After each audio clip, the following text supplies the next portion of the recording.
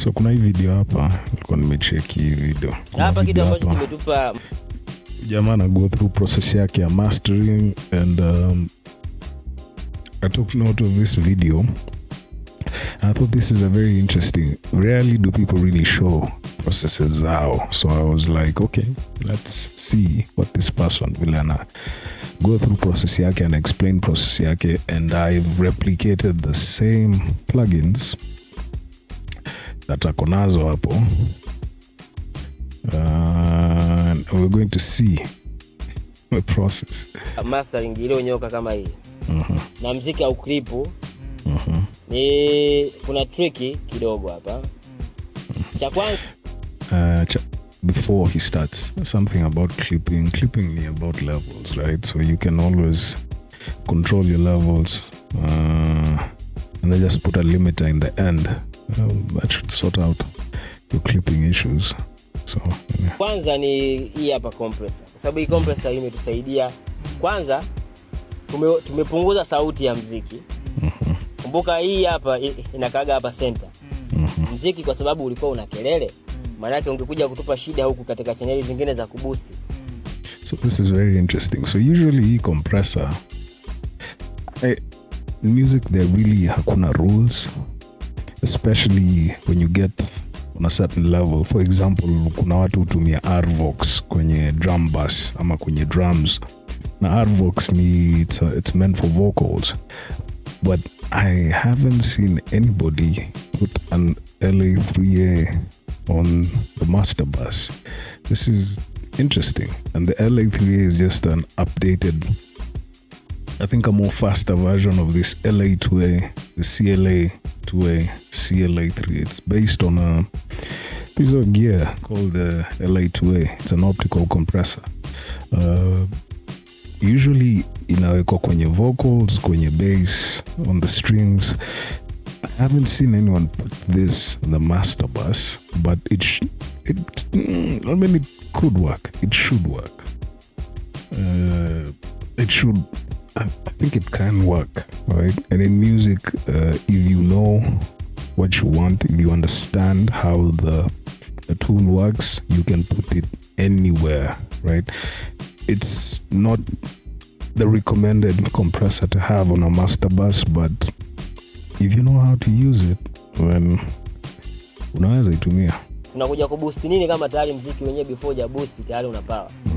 Kwa lazima tuminimize ile nini? That's true. Hapa kuna gain, usually hapa kuna gain, and then you have your peak reduction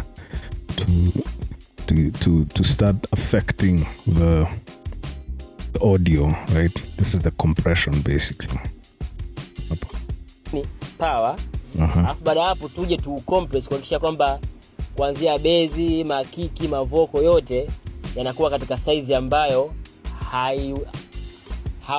sio katika vile viwango ambavyo hatuvihitaji.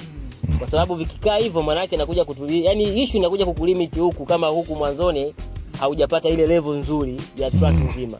So I think he's just talking about headroom, just making sure he has the proper headroom so that he can use the rest of the plugins hapa. Kwa hiyo tumeipunguza sauti na baada hapo tukaicompress ku make sure kwamba kuna level nzuri baina ya muziki na vocal. Pia tunasikia kama kitu kimoja.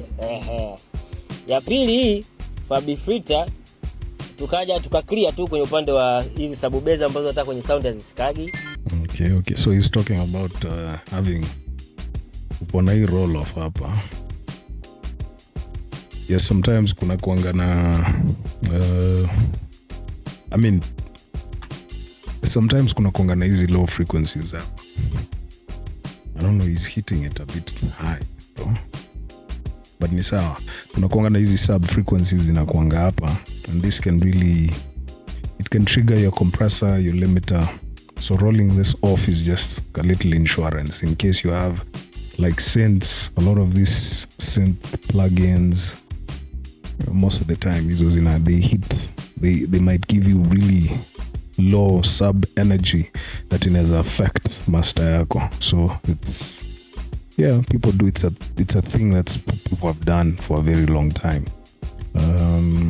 Although I wouldn't nowadays, personally, I don't do this because I do this on the I do this on the individual channels, but this is also acceptable.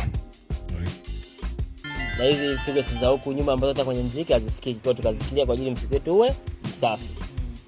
Lakini ya mwisho muziki ukawa na matatizo katika vipengele hivi hapa. Now this was interesting because it appears akona session, right? He has the whole session here. So I don't know why he chose to do this, because most of the time you go straight to that either that channel, the specific channel where the problem is, and you fix the channel, you fix the problem there. You would do this if you don't have the session and you just have a single file to work with.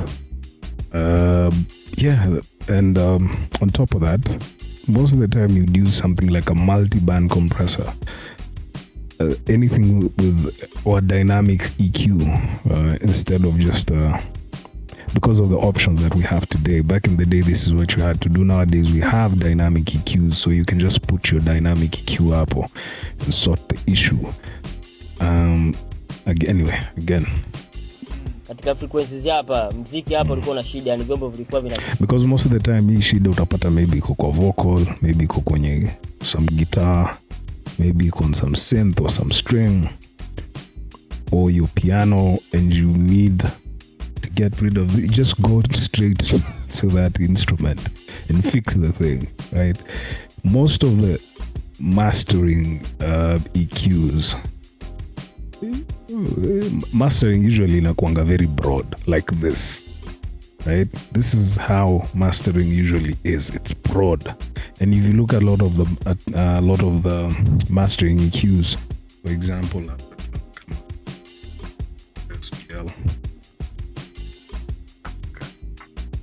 this EQ, like this is a mastering EQ. So there are very specific EQs that can be used in mastering.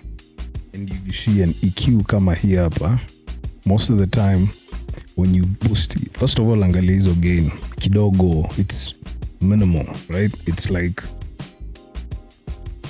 you move from 0 to 0.5 to 1, right? It's usually very gentle, right?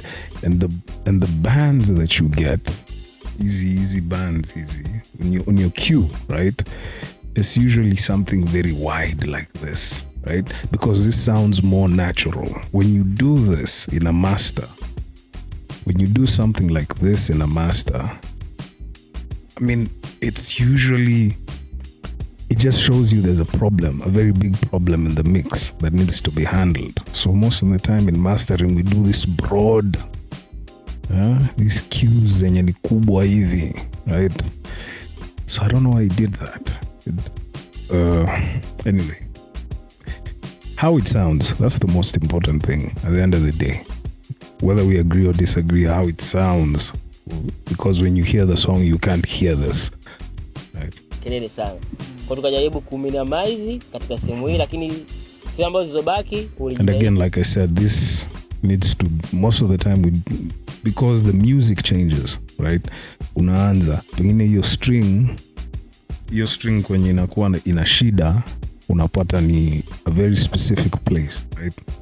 Maybe the artist,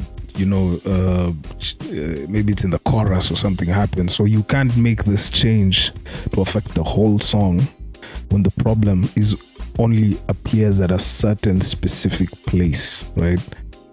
So most of the time, that's why people use this dynamic EQs like this one here. Ukikuja hapo unaona make dynamic, right? So this, you set your this is the range that you have that the compressor works, and it's only triggered when something imegonga penye inagonga. When the problem hits a certain level, that's when the thing is triggered, right? So let's continue. Ili kufanya vizuri frequencies zao, lakini hapa kidogo palikuwa pana shida. And kitu kingine, and there's also something I think nimeona amefanya hapa. Hapa kidogo palikuwa pana shida. This here, I haven't done this in a very long time. But back in the day we used to do this all the time. Kulikuwa na hii hapo unaweka hii slow, like this brick wall thing. Although I can gradual, it's not really brick wall, it's like something like that. It's like a 42 dB per octave roll off. So it's usually watu walikuwa wanafanya roll off it's around 20,000 hertz, because you would get, I think it's cramping, I think we did, right? And you'd have, because this 20 to 20 is only ile range yenye binadamu wanasikia. For example, this compressor unaona inaenda hapa, no, the EQ inaenda mpaka hadi 30,000. And there's really nothing much there, but there's also a lot of feel. Like there's a lot of feel there. So nowadays we don't do that, because we learned there's a lot of feel that goes beyond the hearing. But you'd find a lot of engineers do this, where they have this thing going up and then inakuja gradually to have the song sound more open, right? So this is a thing that used to happen a lot back in the days. Nowadays we have these compressors that I think this is also something we need to address. Most of the time when you're using when you're mastering, you're using a linear phase, right? To kuna kitu inaitwa phase, right? Phase. And when you use an equalizer and you change something, it affects the way it sounds, right? There's a phase correlation up. So most of the time when you're mastering, you want to hear linear phase, right? It means, as you can see, kunapa. This is a description here. Here's a description here. This here, linear phase leaves the phase of the original signal intact and only changes the magnitude. This can be very used in different sounds with correlating phase characteristics, but due to the nature of linear phase processing, latency and possible pre-ringing are introduced, right? This is due to the nature of the linear phase processing. Most of the time, it's only used in mastering. I rarely see people use linear phase when mixing, but I'm sure there's possibly someone who does that. So let's go through that. And kitu kingine, kuja kutumia EQ ya pili katika kupunguza tena base ya muziki.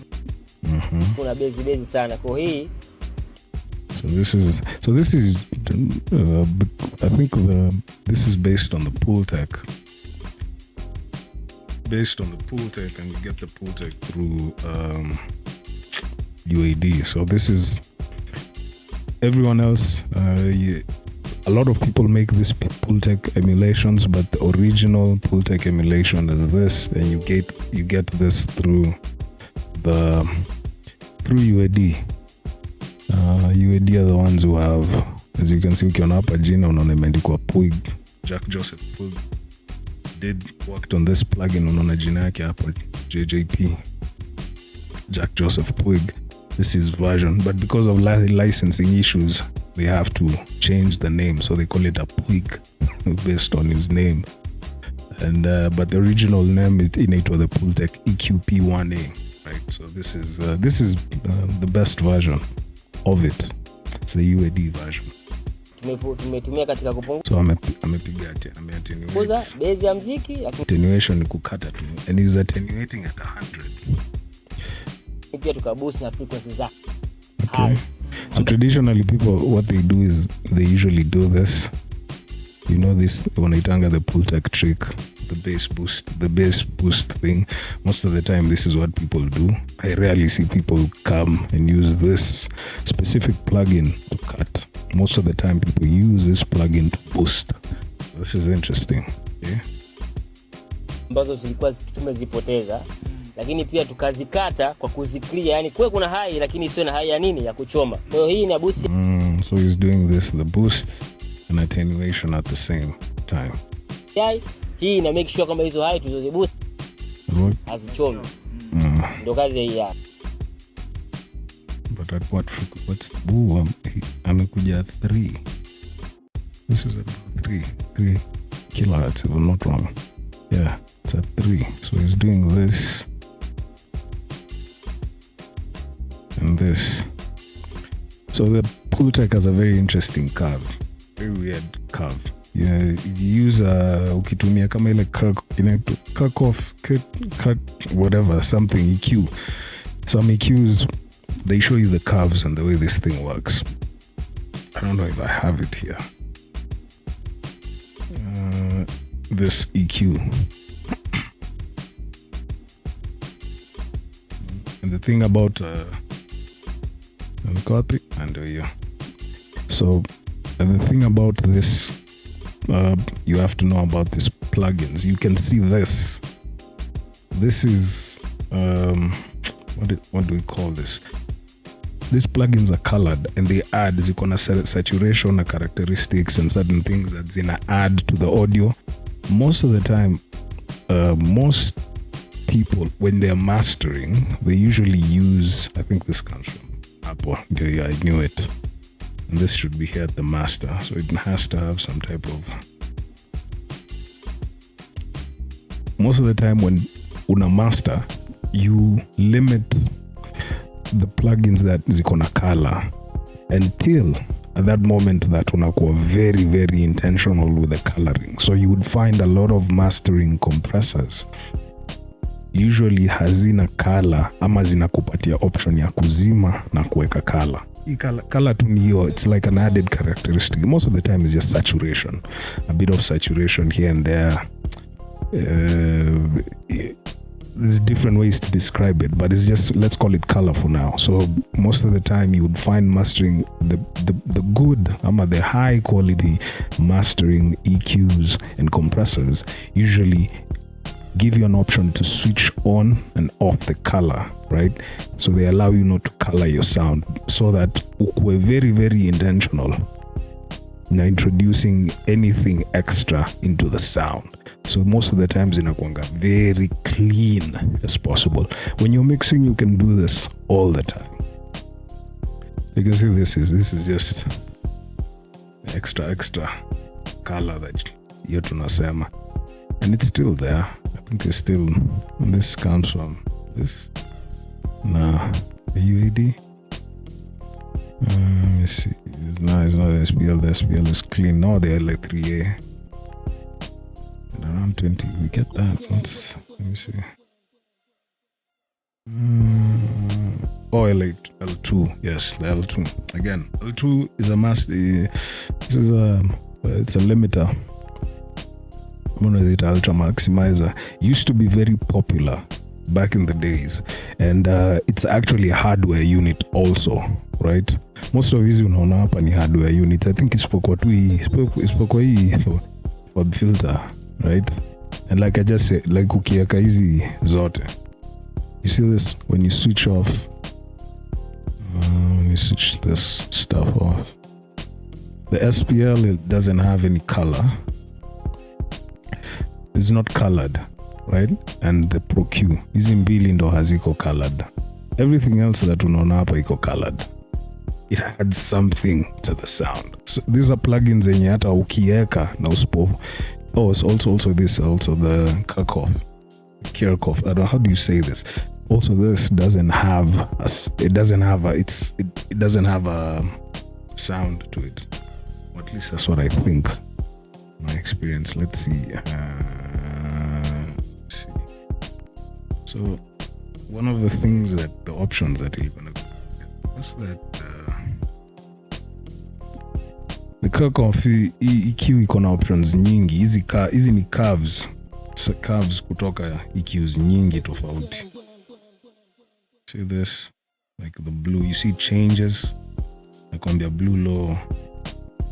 See this, the way it looks different. This represents different styles and types of EQs. Na unaona hivyo vile hii inakata na, you see this broad, this is what usually mastering EQs huwa zinafanya hivi. Unless kuna corrective measures zenye lazima zifanywe, which most of the time kama uko na option ya kuwa na mix, you want to fix it in the mix, most of the time this is how it looks, right? This is type G, type E, These are the SSL. SSLs, the British end. This is the Neve console. EQ 250. What's this? The EQ 250 is supposed to be. Let me see. Is this the API? I could be wrong. The vintage tube.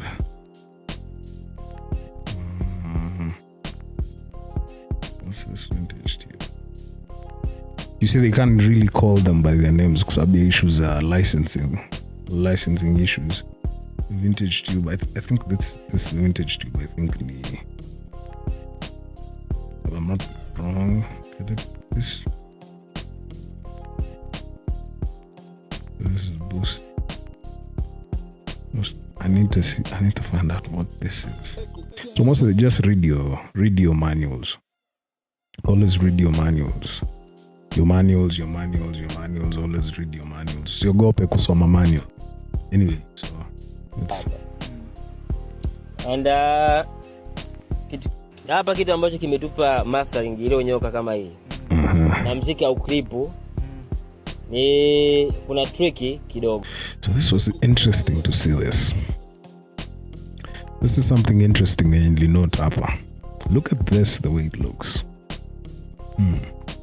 So first of all, I notice amekata huku 20 mara mbili. It's okay. But I also noticed this. Is this a preset? Is this a preset that actually looks like this? Or reset? No, it's not. So this for resonant. That's a very interesting thing to do with. A very interesting thing to do with EQ, because you are, when you bring EQ is basically volume, is gain at unaongeza gain. I think there's a difference between gain and volume, but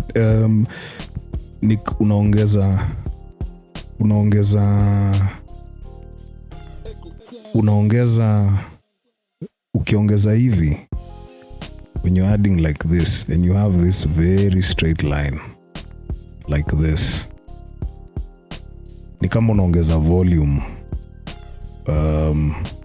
That's the end. Okay, ni kama unaongeza, you can change the Q. So anyway, but generally what I'm saying is, when you have a straight line like this, most of the time it's the same as kama kuongeza tu volume hapa, just adding your thing, right? It's the same thing. It's like you're adding gain across the thing, which means because most of the time the EQ is very specific on the boost. So when you have this very straight EV,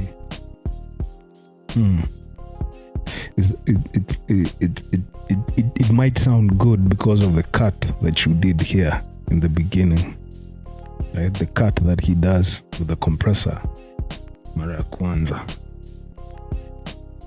I think that's why. So when he does this boost, it makes the song sound more beefy. But you have to separate na ujue tofauti ya when something is just louder and when it sounds better.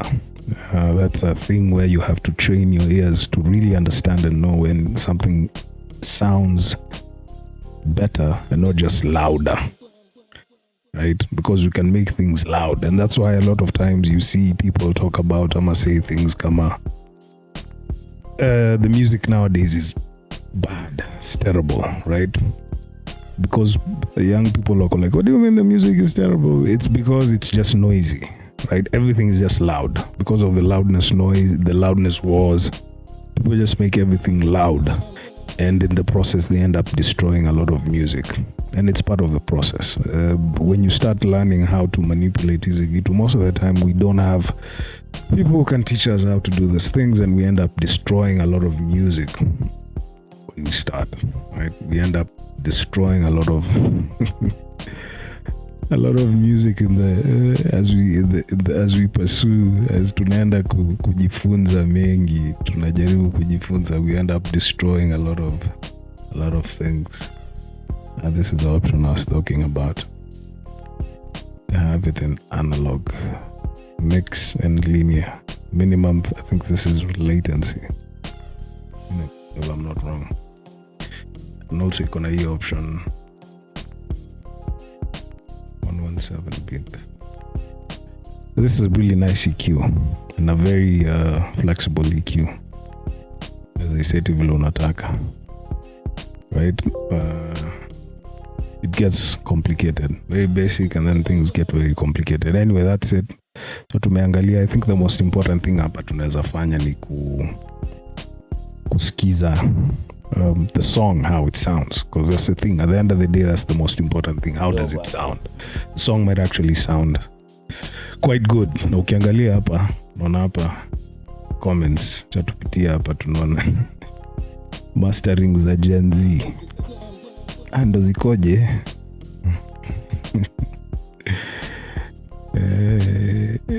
Master out monitor ina signal wakati project I play. Kingine tatizo la levels inasolviwa, unajua ni Mtanzania tu, linasolviwa na EQ. Frequencies hazisolve tatizo la levels, which is true. Ni true.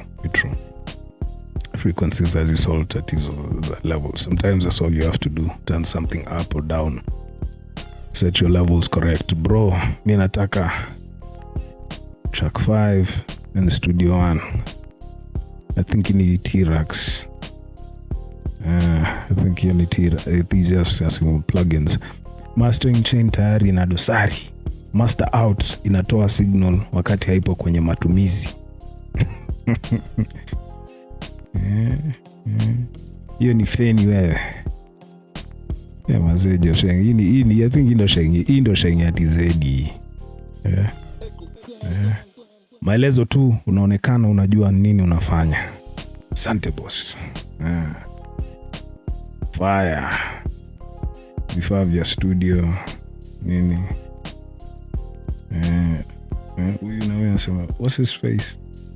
Think anashangaa kwa vipi. I think there was even more comments. Kuna comments zingine niliona hapa hivi. I saw somebody, let me see, kwa simu niliona comment hapa ya jamaa anaitwa nani, review folded and you Salaton again stage your mix. Hii ni amateur mastering. Na mwingine hapa mwisho anasema malizia Salaton huyu ni yule unspoken Salaton, huyu msanii think anakonga black market. Na song ametoa na Trio Mio recently.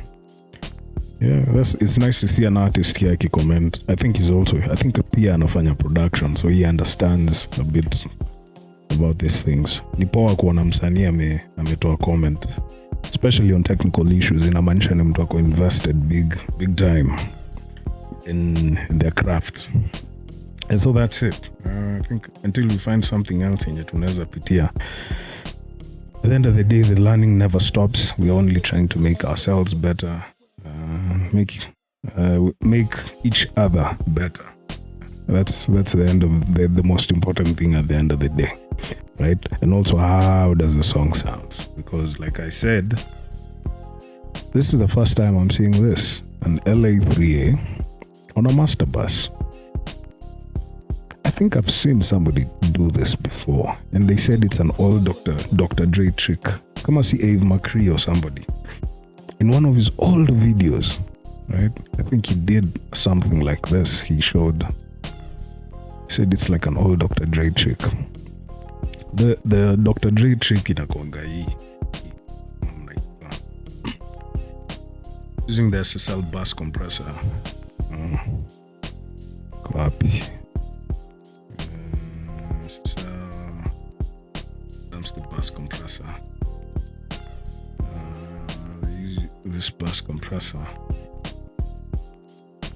there's a name for it where they do this, and even though I setting up at 30, the lowest attack and the fastest release, there's a name they have, the cross-eye something. It's called like the cross-eye setting.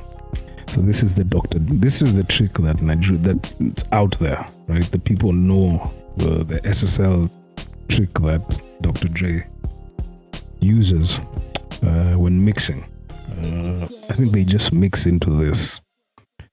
Most of the time you want to mix into a bass compressor because ukiintroduce huko mwisho, unless you're doing very light, it's better that way, especially kama uko na session. It's just better to mix into this and to do very, very light compression. This is known as a glue compressor. The glue compressor inafanya song inashikana, ina sound kama kitu moja. Kama ushaisikia wimbo, several things. You can use compressors and you can also use your reverbs and delays to make your song sound like they are in a similar space, like in one space. This is one of those plugins that zinatumika ama zilikuwa zinatumika, bado zinatumika, the hardware units and everything, to make the mix sound as one thing, right? So I think that's the Dr. Dre trick that yenye tunajua that's out there. Anyway, I think that's it for today. You guys have yourself a great day.